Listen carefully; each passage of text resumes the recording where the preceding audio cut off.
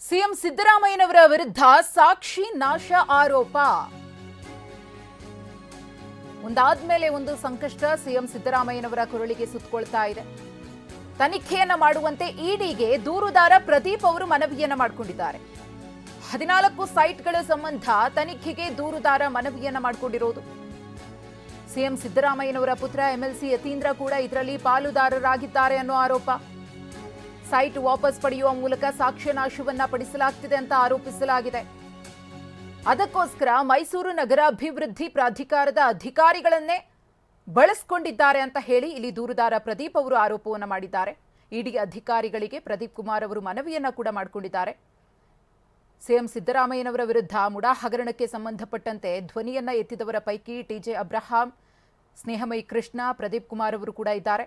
ಇದೀಗ ದೂರುದಾರ ಪ್ರದೀಪ್ ಕುಮಾರ್ ಅವರು ಸಾಕ್ಷ್ಯ ನಾಶದ ಆರೋಪವನ್ನ ಮಾಡಿ ಜಾರಿ ನಿರ್ದೇಶನಾಲಯದ ಅಧಿಕಾರಿಗಳು ಇದರ ಬಗ್ಗೆ ತನಿಖೆಯನ್ನ ಮಾಡಬೇಕು ಅಂತ ಆಗ್ರಹಿಸಿದ್ದಾರೆ. ಈ ಕುರಿತು ಮತ್ತಷ್ಟು ಮಾಹಿತಿಯನ್ನು ಕೊಡ್ತಾರೆ ನಮ್ಮ ಪ್ರತಿನಿಧಿ ರಾಜಪ್ಪ. ಈಗಾಗಲೇ ಇಡಿ ಅಧಿಕಾರಿಗಳು ಈ ಒಂದು ಪ್ರಕರಣಕ್ಕೆ ಸಂಬಂಧಪಟ್ಟಂತೆ ತನಿಖೆಯನ್ನ ಮಾಡಬೇಕು ಅಂತ ಕೃಷ್ಣ ಅವರು ದೂರನ್ನ ಕೊಟ್ಟಿದ್ದಾರೆ. ಅದರ ಬೆನ್ನಲ್ಲೇ ಪ್ರದೀಪ್ ಅವರು ಕೂಡ ಗಂಭೀರ ಆರೋಪವನ್ನು ಮಾಡಿರೋದು ಸಾಕ್ಷ್ಯ ನಾಶದ ಆರೋಪ.